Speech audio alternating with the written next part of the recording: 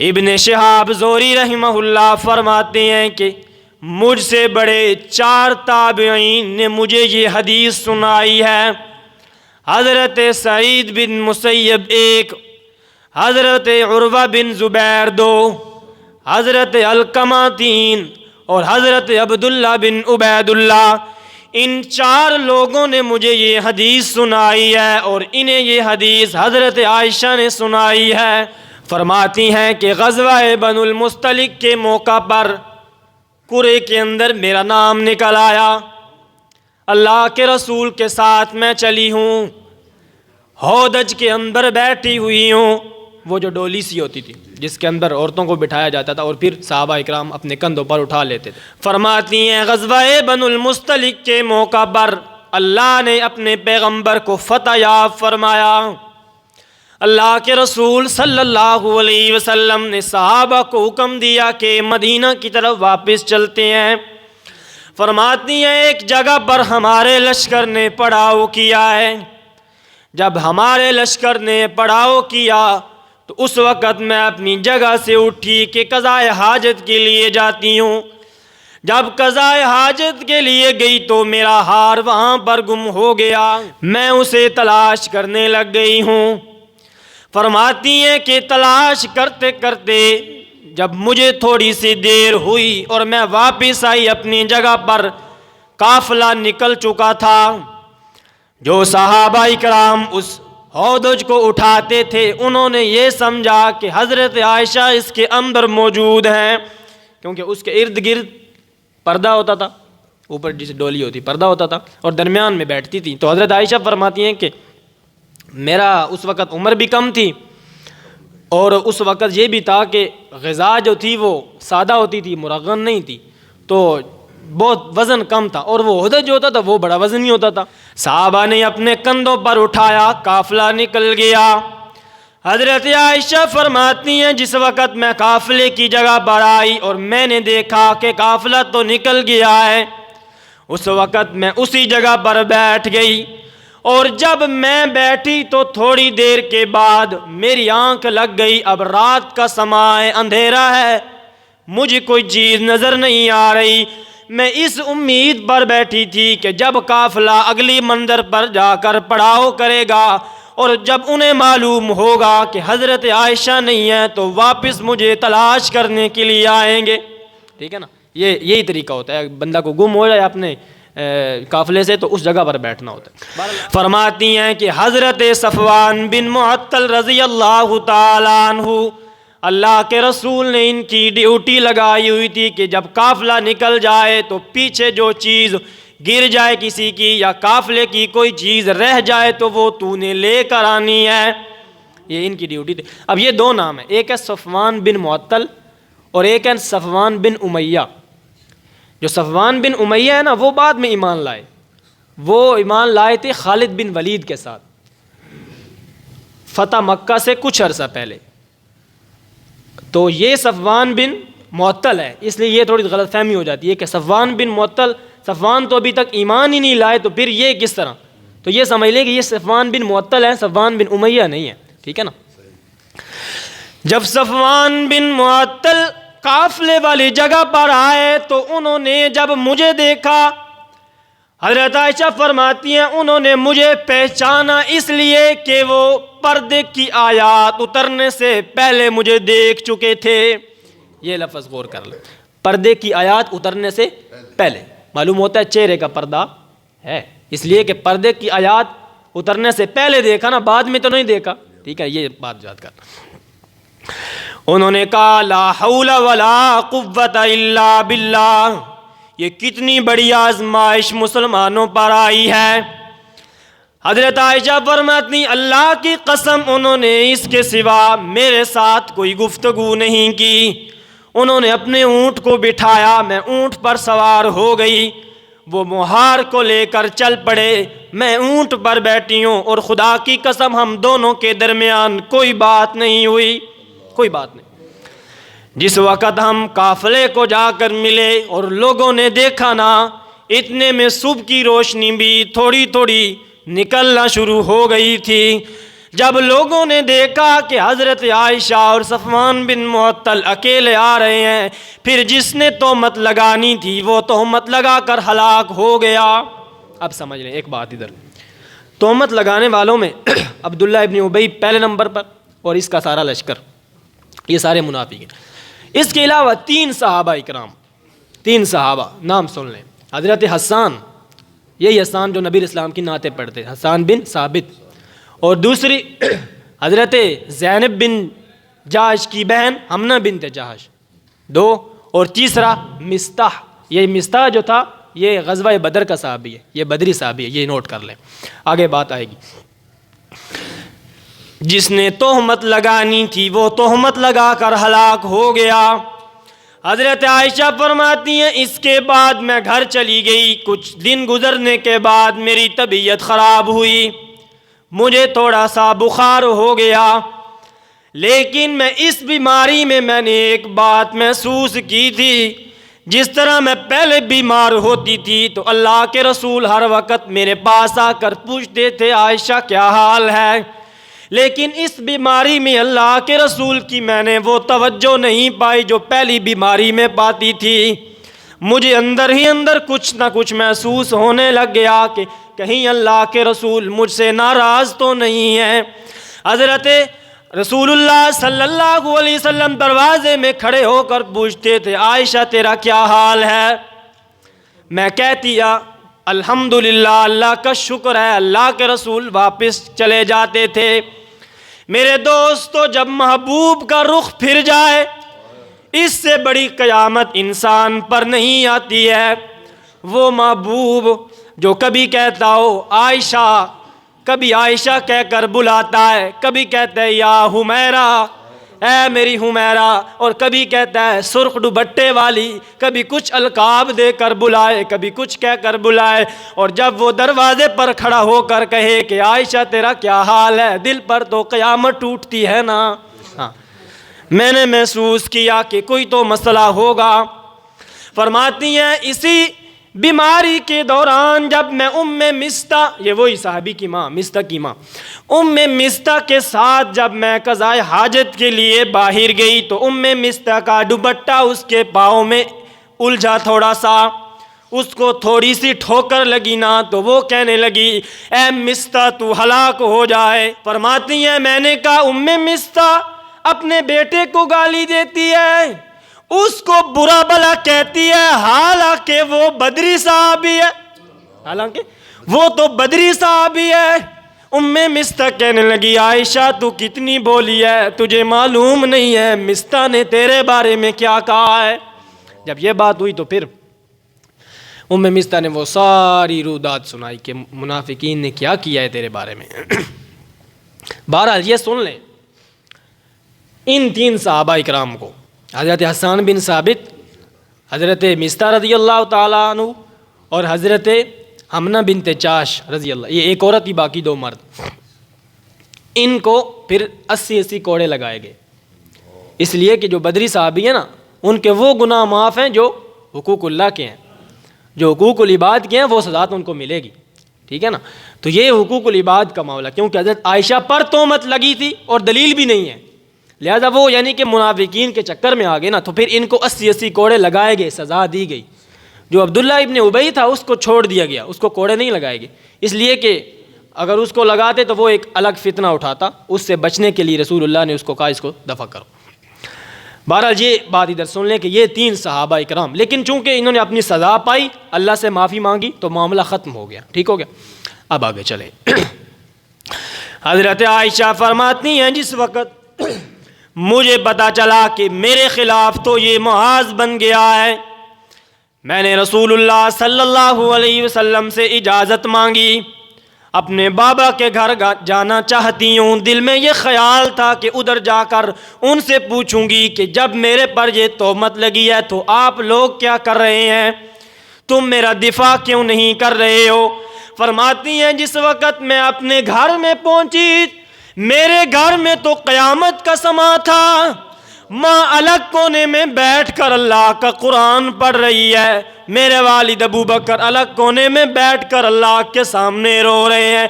میں نے ماں سے پوچھا والدہ یہ کیا معاملہ ہے؟ میری والدہ کہنے لگی عائشہ یہ کچھ بھی نہیں ہے، جس وقت ایک عورت خوبصورت ہوتی ہے اور اس کی سوکنیں بھی ہوتی ہیں تو اس پر الزام لگتے رہتی ہیں، تو اللہ کی طرف رجوع کر لے۔ حضرت عائشہ فرماتی ہیں پھر میں نے مصلی اٹھایا، مصلی اٹھا کر گھر کے کونے میں جانے لگی تو ماں نے پوچھا بیٹی کہاں جاتی ہو؟ میں نے کہا میرا محبوب ناراض ہو گیا ہے، محبوب کے معبود کو راضی کرنے جا رہی ہوں، اس کو راضی کروں گی۔ اب یہ معاملہ ہے میرے گھر کا۔ ادھر رسول اللہ صلی اللہ علیہ وسلم بڑے پریشان ہیں، اپنے صحابہ کو کہتے ہیں میرے صحابہ عائشہ کے بارے میں مجھے مشورہ دو، میں عائشہ کے بارے میں بڑا پریشان ہوں، مجھے مشورہ دو۔ ہاں دل پر ہاتھ رکھ کے بتائیں، جو عالم الغیب ہوتا ہے وہ بھی پریشان ہوتا ہے؟ ہاں جو کل والے باتوں کو جانتا ہو وہ پریشان نہیں ہوتا۔ عالم الغیب، علم غیب کا عقیدہ یہ ہے کہ رسول اللہ کو وہ باتیں علم ہیں جو اللہ بتائے، جو اللہ نہ بتائے رسول اللہ کو پتہ نہیں، ٹھیک ہے نا؟ تو اگر آپ علم غیب کا عقیدہ رکھیں گے تو پھر یہ واقعہ سارا کدھر جائے گا؟ رسول اللہ 1 مہینے تک پریشان رہے، کتنے؟ 1 مہینے تک۔ حضرت عائشہ کو تو آخری 2-3 دنوں میں پتہ چلا، پچھلا 1 مہینہ رسول اللہ جو باہر کی باتیں سنتے تھے وہ رسول اللہ کتنے پریشان تھے۔ اللہ کے رسول نے حضرت اسامہ کو بلایا، اسامہ مجھے مشورہ دو، کیا عائشہ کا کردار کیسا ہے؟ عائشہ کے بارے میں مجھے بتاؤ۔ حضرت اسامہ فرمانے لگے اللہ کے رسول مجھے اور تو نہیں پتا، لیکن میں اتنا ضرور جانتا ہوں کہ ہمارا پروردگار آپ کے بستر پر جب گندی مکھی نہیں بیٹھنے دیتا تو گندی عورت کیسے آنے دے؟ حضرت علی رضی اللہ تعالیٰ عنہ فرمانے لگے اللہ کے رسول اگر آپ اتنا زیادہ پریشان ہیں تو عائشہ کو چھوڑ دیں، ایک نئی عورت سے شادی کر لیں۔ اب یہ بات سن لیں، ادھر لوگ جو دھوکہ دیتے ہیں کہتے ہیں کہ حضرت علی حضرت عائشہ سے بغض رکھتے تھے، دیکھیں یہ بغض نہیں ہے، یہ حضرت علی کی محبت رسول اللہ سے زیادہ ہے، اس لیے کہ وہ رسول اللہ کو پریشان نہیں دیکھ سکتے نا، وہ کہتے ہیں اگر آپ پریشان ہیں تو چھوڑ دیں، اس میں کون سی بات ہے؟ یہ ہے، وہ نہیں ہے کہ نعوذ باللہ حضرت عائشہ سے بغض رکھتے ہیں، ایسا نہیں ہے، ٹھیک ہے نا؟ رسول اللہ صلی اللہ علیہ وسلم پریشان ہیں، سوچنے لگے ہیں۔ اللہ کے رسول پھر ایک دن اپنے منبر پر تشریف لائے، خطبہ دیتے ہوئے فرمایا لوگوں یہ ابن ابی نے مجھے تکلیف دی ہے، یہ میرے گھر والوں کے بارے میں کہتا ہے کہ ان کا کردار پاک نہیں ہے، خدا کی قسم میں نے عائشہ میں آج تک بھلائی کے سوا کچھ بھی نہیں دیکھا ہے، مجھے یہ معلوم ہے کہ میں مکہ میں جاتا ہوں تو جبریل میرے پیچھے قرآن لے کر مکہ میں آتا ہے، میں مدینہ میں ہوتا ہوں تو جبریل قرآن لے کر مدینہ میں آتا ہے، میں بدر میں جاتا ہوں تو جبریل قرآن لے کر بدر میں آتا ہے، میں احد میں جاتا ہوں تو جبریل قرآن لے کر احد میں آتا ہے، میں خندق کھودتا ہوں تو جبریل قرآن لے کر خندق میں آتا ہے، خدا کی قسم جب میں عائشہ کے بستر پر جاتا ہوں تو جبریل قرآن لے کر عائشہ کے بستر پر آتا ہے۔ میں تو عائشہ کے بارے میں بھلائی کے سوا کچھ نہیں جانتا، مجھے بتاؤ اس شخص کے کون بدلہ لے گا جس نے مجھے تکلیف دی ہے؟ میرے دوستو جو اصحاب رسول کا دشمن ہے اس پر بھی اللہ کی لعنت، جو اہل بیت کا دشمن ہے اس پر بھی اللہ کی لعنت، لیکن اپنے دل پر ہاتھ رکھ کے بتاؤ بیوی اہل بیت میں ہوتی ہے یا نہیں؟ اگر بیوی اہل بیت میں نہیں ہے تو پھر باقی چیزیں تو بعد میں، بیوی تو سب سے پہلے اہل بیت میں۔ جب آپ کو کوئی کہتا ہے کہ شادی پر آنا اور اپنے گھر والوں کو بھی لے کر آنا تو گھر والوں سے کیا مراد ہوتا ہے؟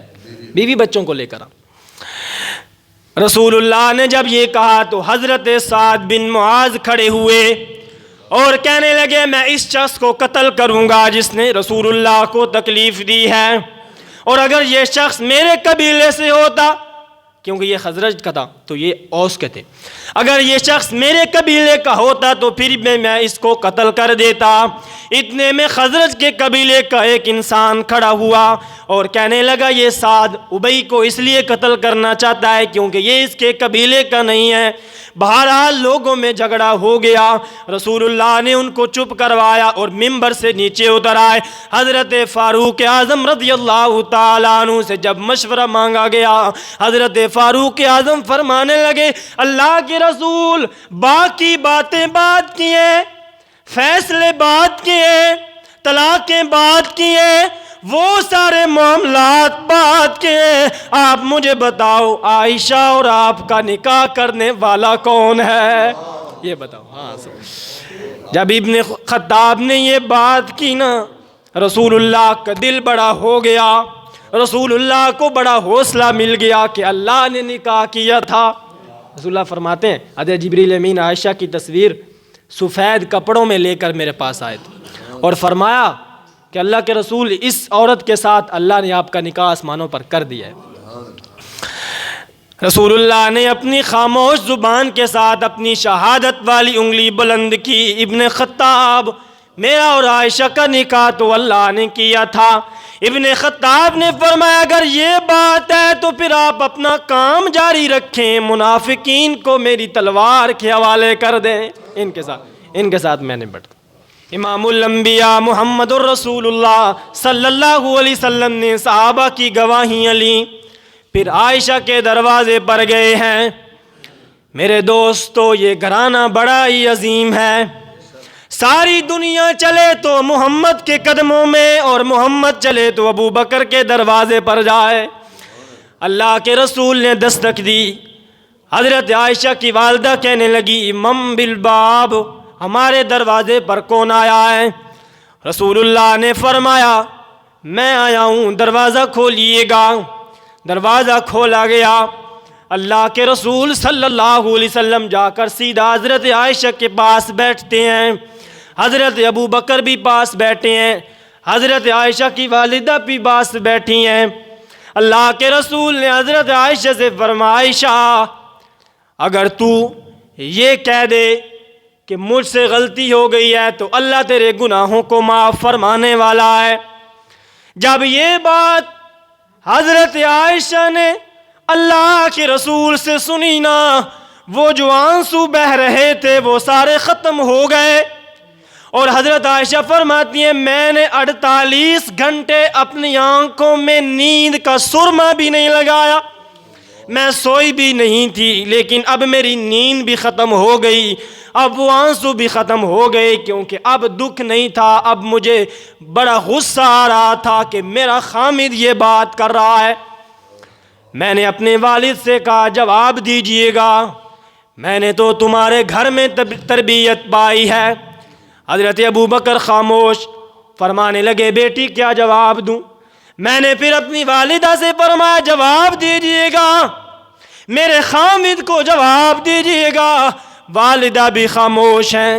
حضرت عائشہ فرماتی ہیں پھر میں نے جواب دیا، میں نے عرض کیا اللہ کے محبوب آپ مجھ سے زیادہ جانتے ہیں، خدا کی قسم اگر میں اب یہ کہہ دوں کہ مجھ سے غلطی ہو گئی ہے اور میں اللہ سے معافی مانگنا چاہتی ہوں تو آپ خوش ہو جائیں گے، معاف کر ڈالیں گے، لیکن اگر میں یہ کہوں کہ میں نے یہ غلطی نہیں کی ہے تو آپ ہو سکتا ہے مجھ پر یقین نہ کریں۔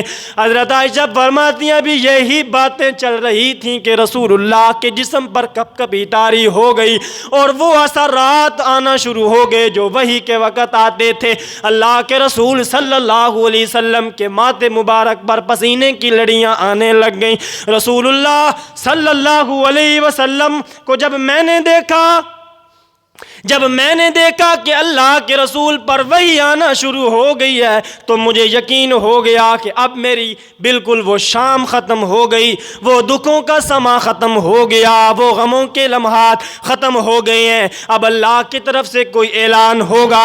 اور میرا یہ خیال تھا کہ رب العالمین اپنے محبوب کو خواب میں ہی بتا دیں گے کہ عائشہ کا کردار کیسا ہے، لیکن فرماتی ہیں جب رسول اللہ نے اپنی وہ کملی والی چادر ہٹائی نا، آپ کا پسینہ ایسے گر رہا تھا جیسے کہ تسبیح کے موتی گرتے ہیں۔ رسول اللہ نے فرمایا اے عائشہ کے گھر والوں تمہیں مبارک ہو، رب العالمین نے تمہاری صفائی دی ہے۔ عائشہ کا کردار پاک ہے۔ حضرت عائشہ فرماتی ہیں میں نے پوچھا کیا کہا ہے پروردگار نے؟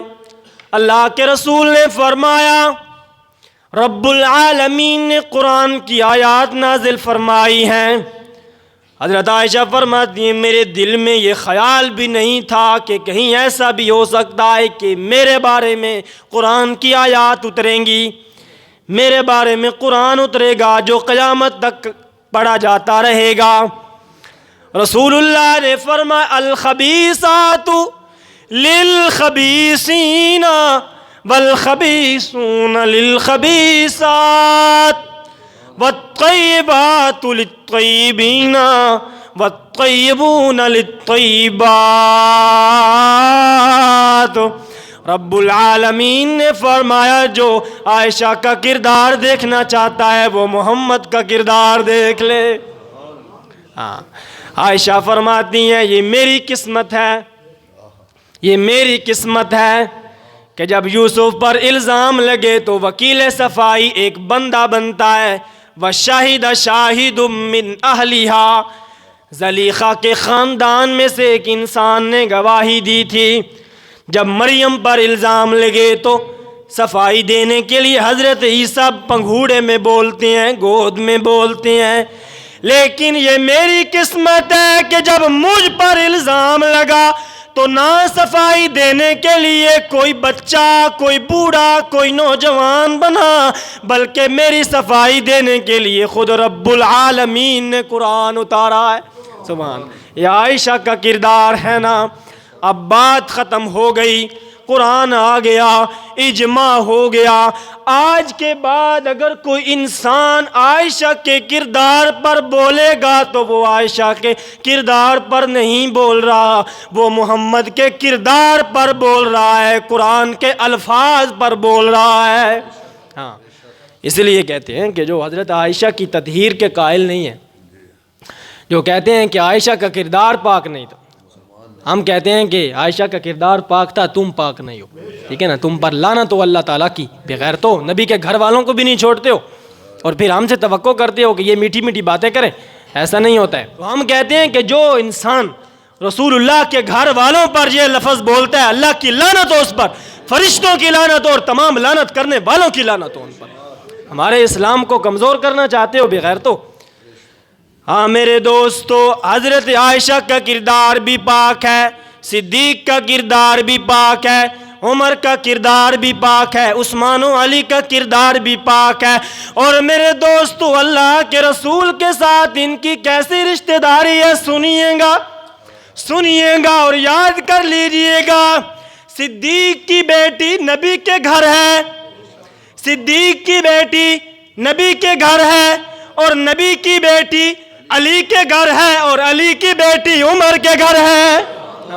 یہ ہے، یہ ان کو جٹلاؤ اور پھر آگے بات کریں گے۔ بہرحال یہ ہے غزوہ بنو المستلق اور واقعہ افک، یہ میں نے آپ کے سامنے ذکر کیا ہے۔ اللہ تعالیٰ سے دعا ہے کہ عمل کرنے کی توفیق عطا۔